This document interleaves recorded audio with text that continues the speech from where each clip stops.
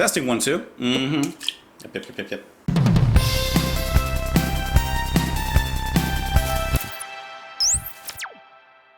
What's up, guys? Welcome back to the channel. My name is Justin, and today we are listening to Yes with the song Turn of the Century. I almost had the wrong song. This is a viewer's choice from Mark.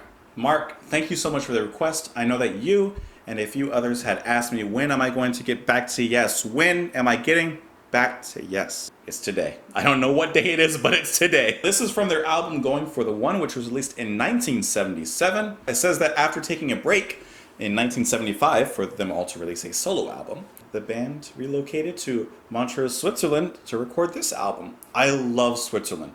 Have I showed you guys pictures of Switzerland? Here's some pictures of Switzerland. If I had the resources, I would absolutely move to Switzerland. Oh, has my heart. I know that another song that a lot of people had recommended off of this album was Awaken, but we're not doing that one today. Maybe another day. Of course, if you want, you can join me on Twitter. You can join me in the comments down below. Let's do it. This is Turn of the Century by Yes.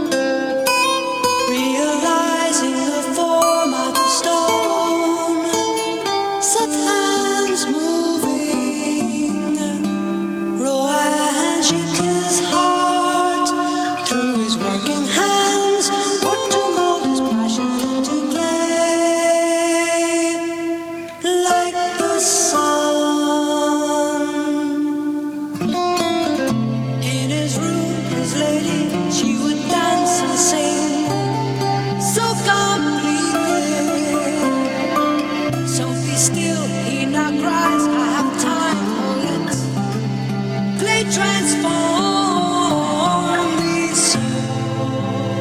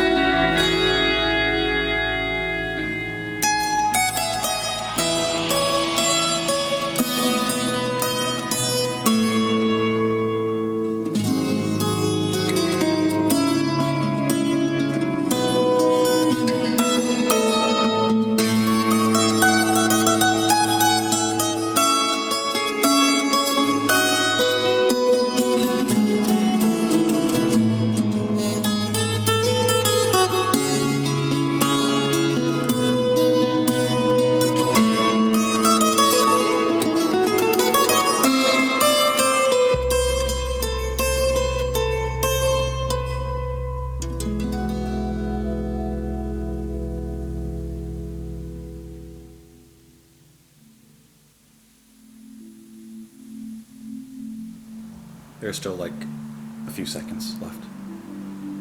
I think it may be leading into the next song, which is Parallels. Okay, there's the organ. It took me to church at the end. That song sold me on two things.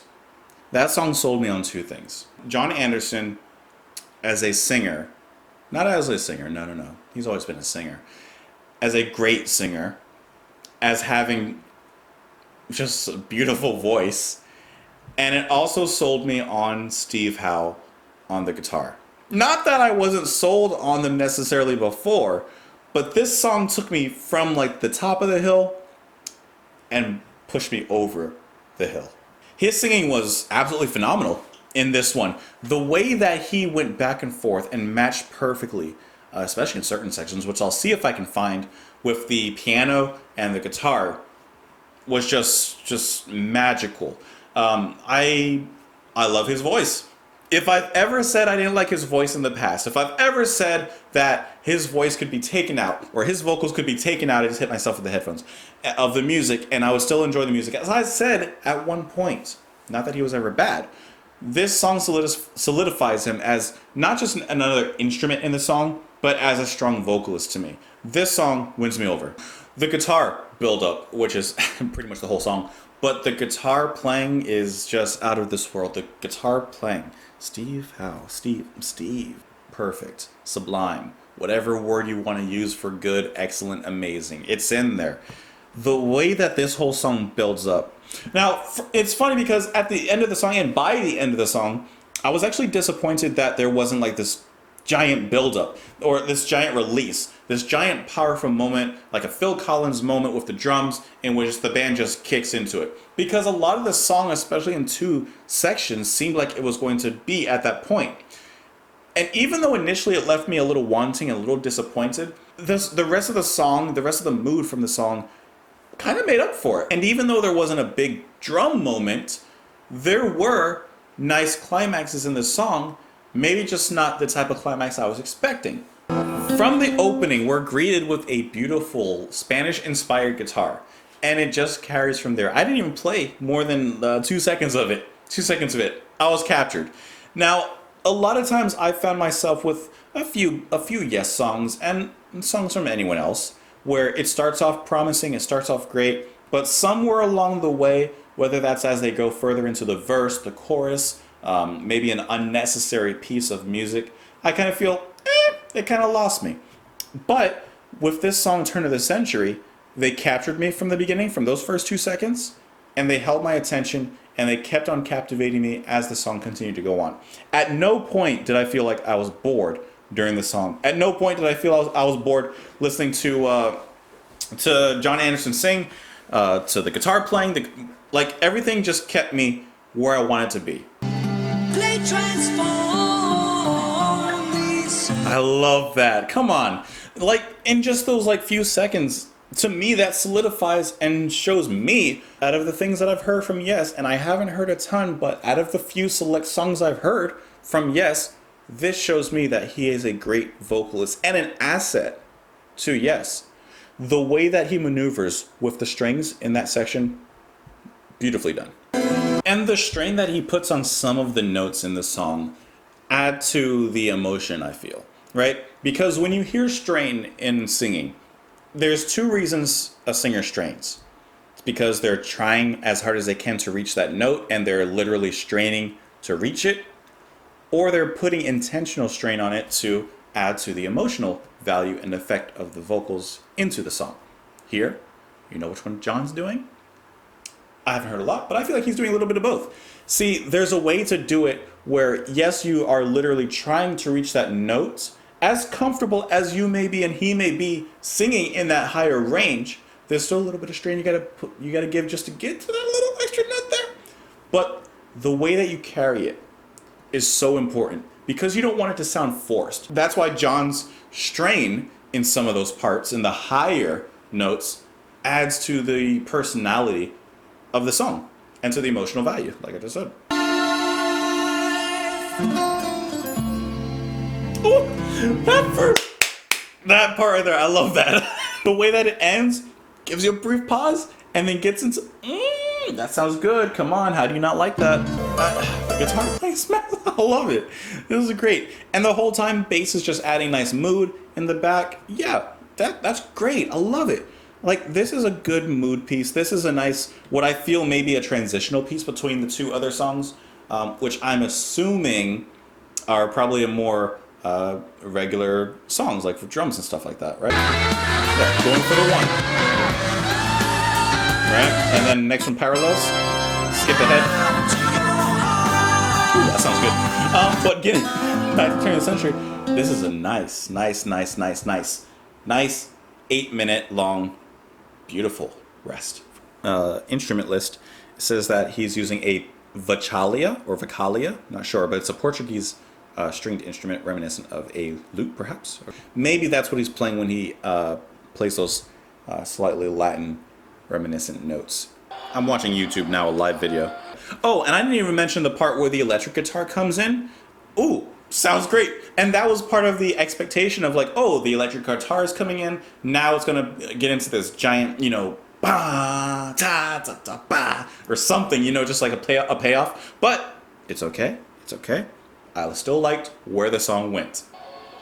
Yeah, I mean, I'm looking at the guitar playing right now, and it's, come on, that's good. Yeah, that's a favorite. That's a good one.